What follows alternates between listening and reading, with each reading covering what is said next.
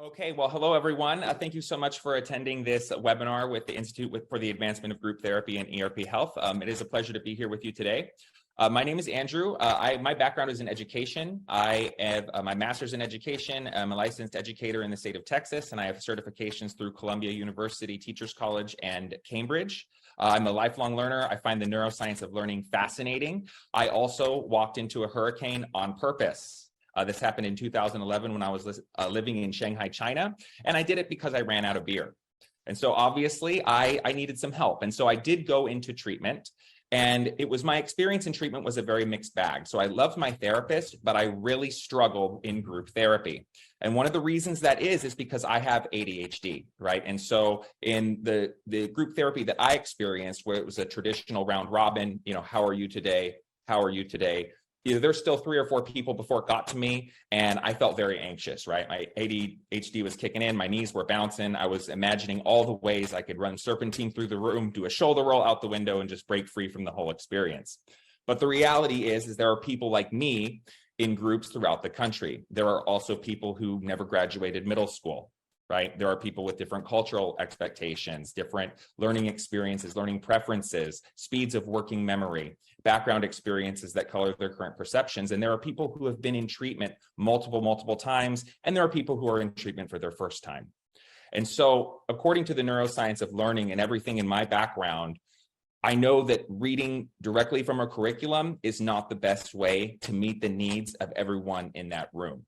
And so one thing that we do at the Institute is we train clinicians on facilitation skills, on tools that they can use to take that curriculum and maximize it so they can meet the needs of that diverse learning population. And so today, this webinar is going to talk about some of the whys behind what we do, but also some of the hows. So you can take them away from this presentation and implement them into your groups immediately. You can see that engagement increase, okay? This is gonna be interactive as possible as I can make it. And so I am gonna ask that you use the chat feature, and we are gonna do the first one right now. What is the difference between knowledge and skill?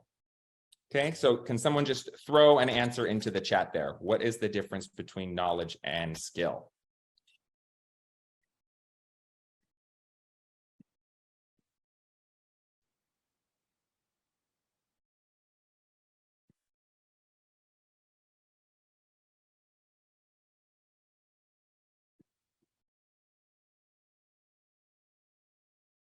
Knowledge you can know, skill is something that you're doing. Yes, absolutely. I will take that. Knowledge is knowing, skill is applying. Okay, fantastic. So what I just did was I checked prior knowledge, right? And so this is something that is very common in psychoeducational or CBT-based groups. Depending on what the topic is, the clinician will often, check knowledge within the group. We don't want to find out in 45 minutes or an hour that you have a different understanding of knowledge and skill that I do.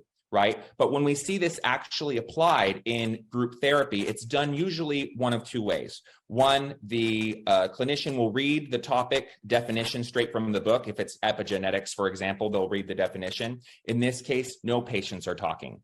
Another alternative is they might pose the question to the group. How does epigenetics influence your behaviors or your history with addiction, what have you? In this case, one usually confident group member will answer, 1 or 2 more will piggyback off of that person, but the majority, 80% or more of the group stays silent. Okay, and so this is an issue because what the clinician or the facilitator thinks the patient understands versus what they actually understand can look very, very different. Okay, and so a way that we can enhance that engagement is simply you take the group and you turn to the person next to you. You have 2 minutes to come up with the definition of epigenetics, knowledge and skill, whatever the topic is, and then we'll discuss. Okay, so what happens here? Every single patient in the room is engaged in a conversation.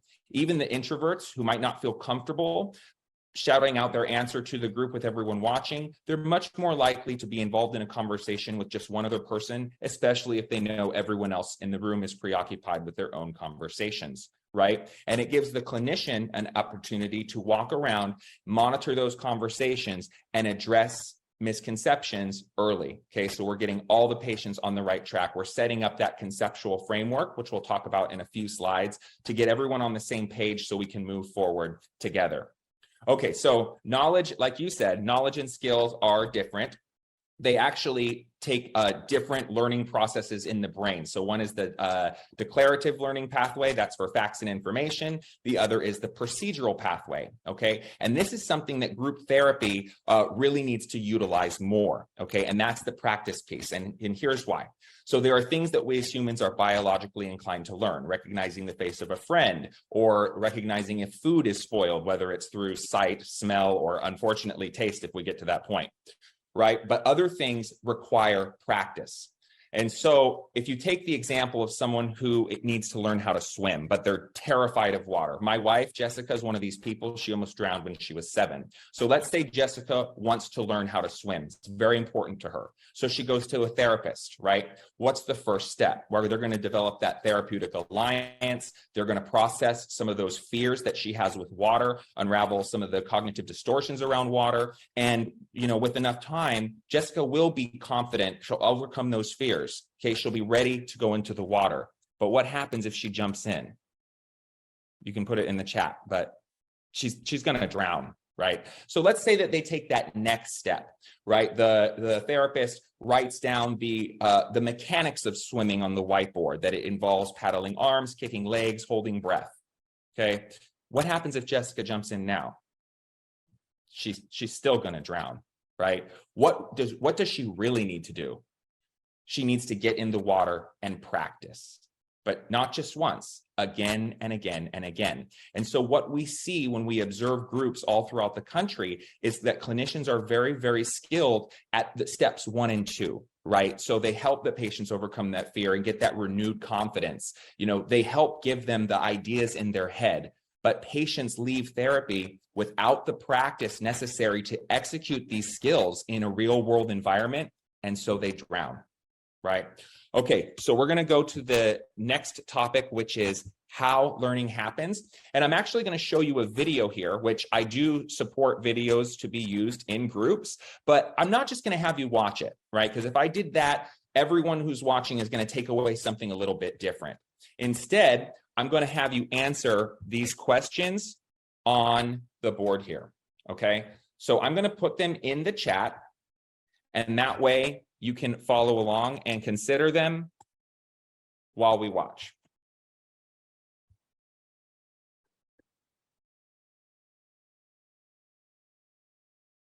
I've heard people say it's just like riding a bike, meaning it's really easy and you can't forget how to do it, right?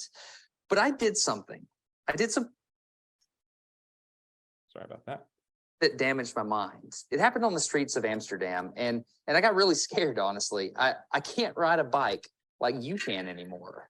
Before I show you the video of what happened, I need to tell you the backstory. Like many 6-year-olds with a MacGyver mullet, I learned how to ride a bike when I was really young. I had learned a life skill and I was really proud of it. Everything changed though when my friend Barney called me 25 years later. Where I work, the welders are geniuses and they like to play jokes on the engineers. He had a challenge for me. He had built a special bicycle and he wanted me to try to ride it. He had only changed one thing. When you turn the handlebar to the left, the wheel goes to the right. When you turn it to the right, the wheel goes to the left. I thought this would be easy, so I hopped on the bike ready to demonstrate how quickly I could conquer this. And here he is, ladies and gentlemen, Mr. Destin Sandlin. First attempt riding the bicycle. All right. So the faster I go, the better. Yeah. I couldn't do it. You can see that I'm laughing, but I'm actually really frustrated. In this moment, I had a really deep revelation. My thinking was in a rut. This bike revealed a very deep truth to me. I had the knowledge of how to operate the bike, but I did not have the understanding. Therefore, knowledge is not understanding. Look, I know what you're probably thinking. Destin's probably just an uncoordinated engineer and can't do it. But that's not the case at all. The algorithm that's associated with riding a bike in your brain is just that complicated. Think about it. Downwards force on the pedals, leaning your whole body, pulling and pushing the handlebars, gyroscopic precession in the wheels. Every single force is part of this algorithm. And if you change any one part, it affects the entire control system. I do not make definitive statements that often, but I'm telling you right now, you cannot ride this bicycle. You might think you can, but you can't. I know this because I'm often asked to speak at universities and conferences, and I take the bike with me. It's always the same. People think they're going to try some trick or they're just going to power through it. It doesn't work. Your brain cannot handle this. For instance, this guy, I offered him $200 to Sorry about that again. ride this bike 10 feet across the stage. Everybody thought he could do it. No, you didn't understand. You didn't understand. So this way. All right, let's like, all right, so whenever you're ready, yeah. No, you have to keep your feet on. All right, let's do it again. Wait, like you guys start rolling at least. And go. Keep your feet on the pedal. Go.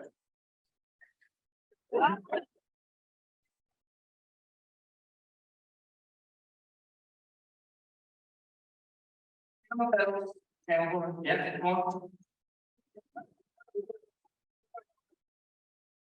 right. Once you have a rigid way of thinking in your head, sometimes you cannot change that, even if you want to.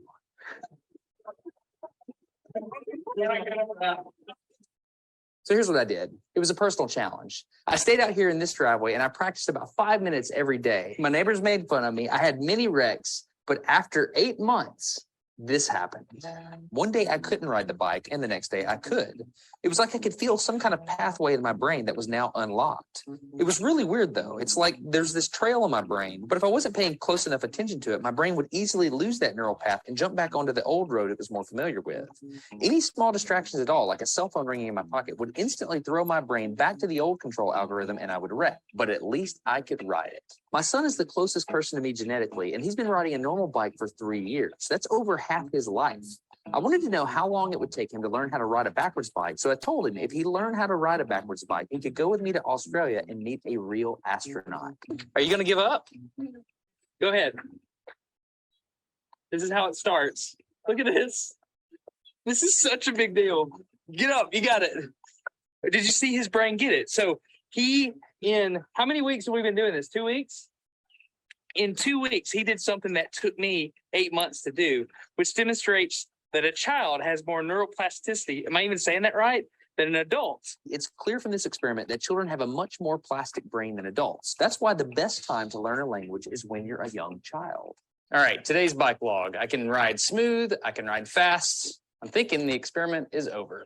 Okay, now I'm in Amsterdam, a city that has more bicycles than people. The question is, can I ride a normal bike now? I mean, I've all this time unlearning how to ride a bike. If I go back and try to ride a normal one, will my brain mess up? So I've tweeted a Smarter Everyday meetup, if you will, and I'm going to see if somebody brings a bicycle, and I'm going to try to ride a normal bike. It's backwards. It's backwards. This was one of the most frustrating moments of my life. I had ridden a normal bike since I was 6, but in this moment, I couldn't do it anymore.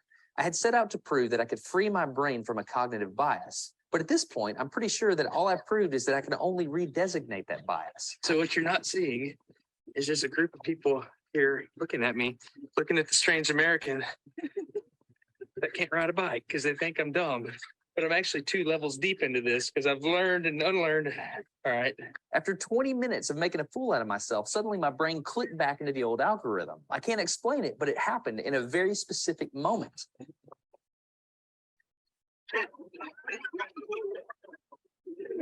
Got it. I'm back. Oh, click. Okay, click. I got it. Okay, there it is. There's the moment. Okay, I can ride a bike. I tried to explain this to the people around me, and they just didn't get it. They thought I was faking the previous 20 minutes, and I couldn't get anybody to believe me. That looked like I faked that, didn't it? Yeah. Just a fake. You think I'm faking. You don't believe it. It looks so weird. You were like, and it's You think I'm lying, don't you? I'm not lying. I felt like the only person on the planet who had ever unlearned how to ride a bike, and I couldn't articulate it to anyone because everybody just knew that you can't forget how to ride a bike.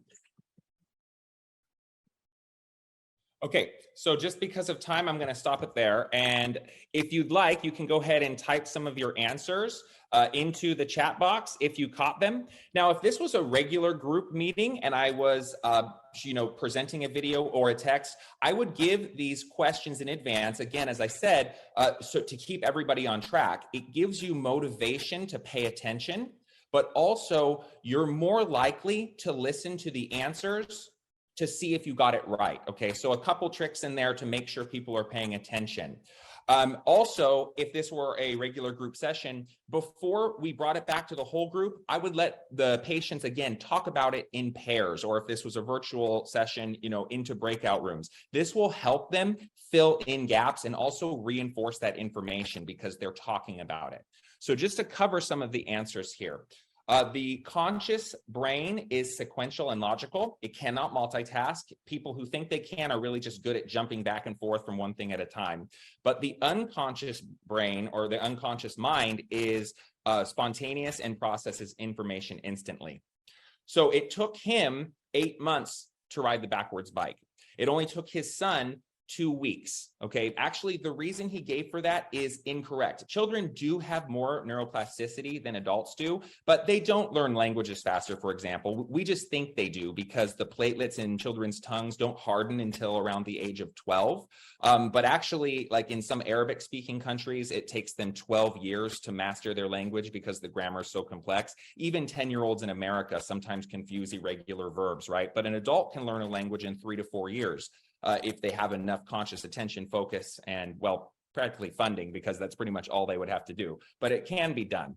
An alternative reason to why the son did it faster is because the neural pathways in the son's brain weren't as hardened and ingrained as his father's. And so if you think about like walking to a destination in the forest, the first couple times you walk, you're just going to be crunching on grass and leaves, but eventually you'll wear a groove into the dirt, right? And over a long enough period of time, that groove becomes a trench. And this is why old habits are so hard to break. And also, why people relapse. We often find ourselves gravitating towards what's easy. And the reason this happens is because the brain, which is 2% of the body's mass, but uses 20% of its energy, is always looking to conserve energy. And one way to do this is through the creation of preferred pathways, or what we call unconscious automated processes.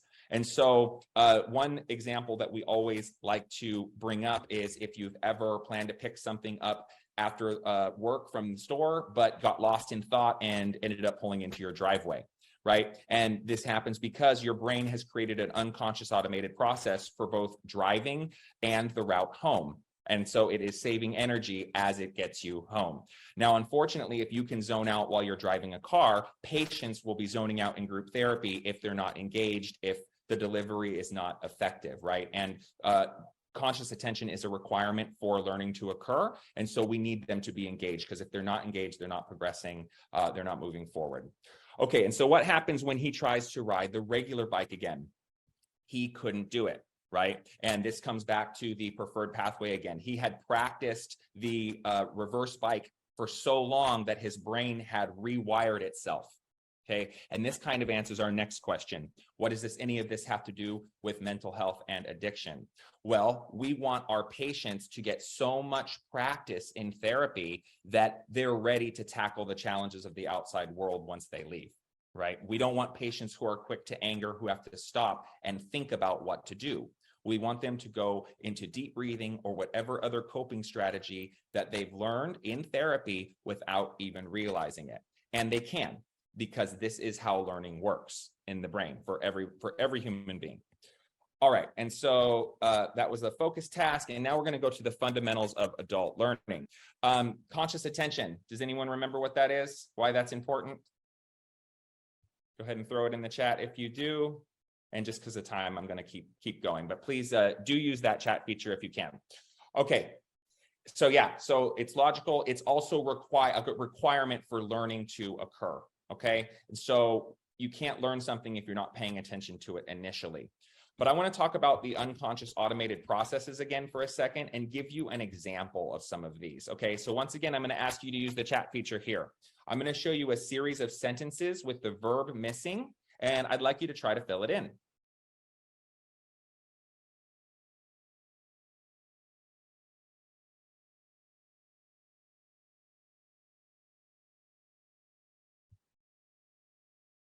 Thank you, Eric. Yes, I am not at the store right now.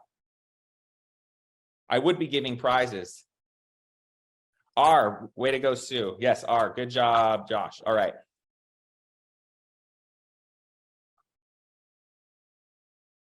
Was, Sue again for the win. I think you're ahead now. 2 options here. Yep, I haven't been or haven't gone. 2 options there. This one always gets a little confusing for people. We'll see how you do. Yes, great job. If I were you. Okay, so this is actually very complex grammar. It might not feel that way to you, but it really is. The first one is first person singular present tense, second person singular present tense, first person singular past tense, first person singular present perfect tense, and the subjunctive clause. So unless you are a grammar teacher, then you probably couldn't tell me why you would use was in sentence 3, but were in sentence 5.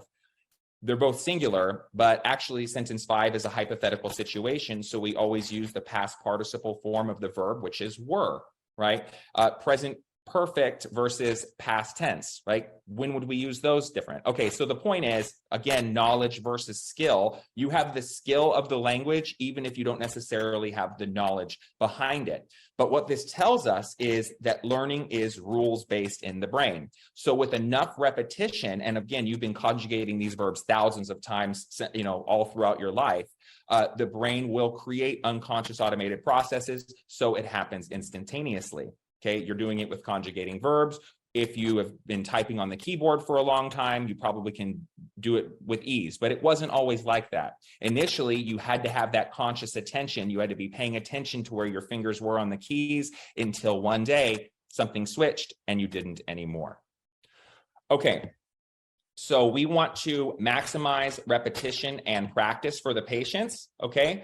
And we can do this in various contexts and conditions, and that's what makes group therapy so perfect, is that patients can practice with each other and in authentic situations. Because if you're having whether it be hot seat dialogues, mingles, or role plays that are unscripted, then patients can practice through those sort of communication strategies or I statements or communicating boundaries. They can do that with multiple partners and it will be different each time.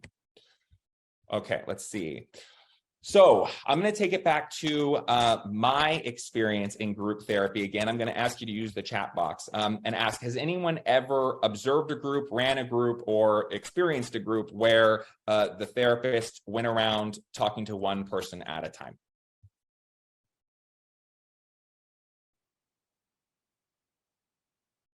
And in those kind of situations, yes, okay. So in those kind of situations, let's say there are 12 people in the room. And the therapist gives each person 5 minutes to speak. Okay, by the end of that hour, each person got 5 minutes to speak and 55 minutes to listen. And I'm being generous. That's if the therapist said absolutely nothing, right? 5 minutes of talking time and 55 minutes of listening time. Well, this graphic is from William Miller, the creator of motivational interviewing. And in his research, he found something very interesting, okay? First, the more empathetic a patient or a clinician was, meaning that they talked much, much less, they asked probing questions, and they listened, patient-resistant behaviors went down. More importantly, positive change talk for patients went up, and there was a direct correlation between the amount of positive change talk a patient had and their success outside of treatment. Okay, so not only does getting the patients more engaged, talking more, working with each other more, not only does it lower those resistant behaviors, but it actually improves recovery outcomes. All right, and so we really want to get that therapist talk time way down and the patient talk time way up. We like to say a good rule of thumb is about 20-80. Okay, and the therapist will be doing most of that talking time in the beginning to establish that commonality, those conceptual frameworks, which again, I'll bring up in just a second. Okay, and so the principles of adult learning, there are 4 of them according to Knowles. And if this was a normal group, again, I would have all of the participants try to figure out what they are. Okay, and again, this is not because I expect them to necessarily know. I just want them to be thinking about it. So when I actually deliver the answers, everyone's listening, again, to make sure if they were right. Okay, the first one is motivation. Okay, motivation is creating that buy-in. And it's very, very important. And I like to use a real world example of my partner at the Institute, Nick. He was delivering a session a couple weeks ago. All right. He walked in and, there was 12 men in the room. Most of them didn't want to be there. They're having horrible trouble sleeping. Some were court mandated. Others, their wife made them go. How is he going to go in there and get them excited to talk about their feelings and make I statements? It's pretty challenging, right? And so here's what he did. He walked in and said, hey, everyone, do you have relationships that are important to you in your life, or maybe ones that you'd like to make stronger or rebuild? Everyone says yes. He says, okay, well, I have a tool that might be useful for you. It's shown to make conversations go smoother, to kind of lower resistance from the person you're talking to, and just make a more productive relationship overall. Is this something that you might find useful for you? Everyone says yes. Okay, well, today we're going to learn about I statements, okay? And I'm going to show you how to use them. And you don't have to use them all the time. I'm not saying it's going to make your life perfect right away, but I'm saying it'll help. Is that something that you'd be willing to do? Again, everybody says yes. So now we're bought in. Now those patients actually have a connection to how it's going to be useful in their life. And you'll see the other principles connect to this. So inclusion of life experiences, okay? So patients will be much more likely to participate and contribute to group discussions and community healing if they feel like they have something relevant to say, all right? Also, like for the example I gave with Nick and the I statements, again, we're connecting it to those own life experiences, those own relationships that they have. Autonomy and self-direction, who likes being told what to do? Nobody, really, right? And so if we can allow patients to have buy-in, but also their own decision, right? Is this a tool that you think would be useful to you? Is that something that you'd like to learn, right? They're making the decision to learn that. But also autonomy, we also want to get them to the point where they can use these tools on their own. Again, the therapist is not going to be there when the patient leaves treatment. And so they need extra support in the beginning, but we want to tailor that support so we're stepping away as they get more competent and comfortable using the skills on their own. And real world problem solving. Okay, this is how are the tools that I'm learning here in therapy, how am I going to really use these to make my life better? All right. And so if we can connect these principles to whatever the topic is in each of our sessions, then we're going to get more buy-in from the patients, but you're also going to see that progress increase. Okay, and conceptual frameworks. Okay, so this is getting everybody on the same page in the very beginning. Let me see how I'm doing on time. Okay, so getting everyone on the same page in the beginning. If I told you, 我住在中国10年半了, and I asked you in 10 minutes to repeat back to me what I said, unless you speak Chinese, there is no way you could do it because you have nowhere to put that in your brain. You don't have a memory bucket for Chinese. Now, if I told you I lived in China for 10 years, well, now there's more likelihood that you'll remember it. And for a couple reasons. Okay, the first one, you obviously speak English, so you can understand me, so you have somewhere to put that information. But I also mentioned at the beginning of this presentation that I lived in Shanghai. Okay, so you already have that connection that, oh, he lived in China, and now he's told me he speaks Chinese. And so now you've had it twice, right? And this is, again, why I said using videos or text within a group session is important, because if you think about information like a highway, if I just tell you something and then you forget what I said, you've lost the access to that information. But if I tell you something and I reinforce it with a text, and I then reinforce it again with an image or video, and then I have you talk to a partner about it, and then I have you do a small group, like 3 to 4 patients, problem-solving activity around that topic. Now, we've created so many on-ramps to the information that even if you forget what I said, it's still a much greater likelihood that you're going to be able to access that information highway. All right. So setting objectives. This is one area that Nick and myself see as kind of a big trouble issue across different centers or facilities just across the country in general. And one of the reasons is that they really have difficulty answering these questions. Even established curriculums do, and I'll talk about that in a second.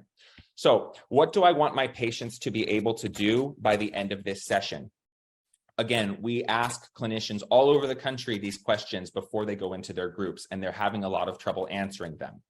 Now, the reason this is important is when you're in charge and responsible for the learning or the growth or the progress of so many people, hope is not a strategy. You need to have some sort of plan in place. And so what do I want my patients to be able to do? This is a specific statement. I want them to be able to produce an I statement. I want them to be able to break down a common recovery goal into 5 manageable parts. I want them to something specific, something that they can show. And that comes into our next one. How will I know if they've achieved the goal? Right? This is the measurement piece. You can't say things like patients will understand. Oftentimes, patients will tell you, yes, I understand. They might understand the concept, but remember that swimming involves paddling arms and holding breath and kicking feet doesn't mean you can do it when you get into the pool. So we want to use action verbs like patients will demonstrate, patients will identify, patients will show. And of course, how does this objective connect to successful recovery? So for this one, if we're talking about epigenetics, why are we doing it? Okay, this is tying into that buy-in again. Why is what we're learning today going to help me be successful outside of treatment? And lastly, so a lot of treatment centers are working with curriculums and manuals, and I just want to end with this quote from Miller: when 2 chefs are working with the same ingredients, how different will their meals be? Okay, and so what this is saying essentially is manuals and curriculums, they are just tools. Right? Just like the facilitation strategies that we're trying to teach throughout the Institute for the Advancement of Group Therapy, they are tools, okay? Whoever wields them is going to produce very, very different results. And so that's why we feel that these facilitation strategies to really help maximize the learning for everyone in the room, they're so critically important.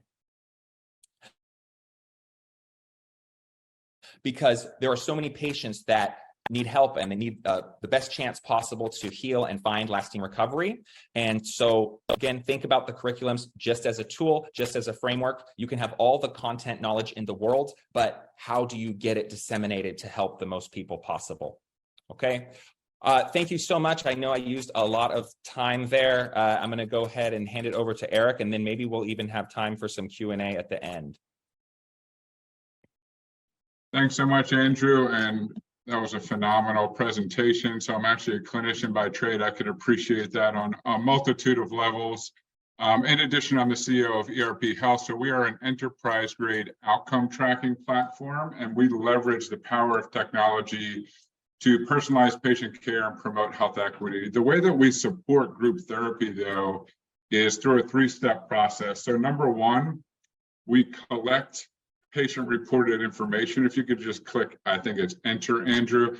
Patient-reported information at baseline. So an example would be, if it's a primary SUD clinic, oftentimes comorbidities such as depression, anxiety, stress are at the root of some of these issues, trauma.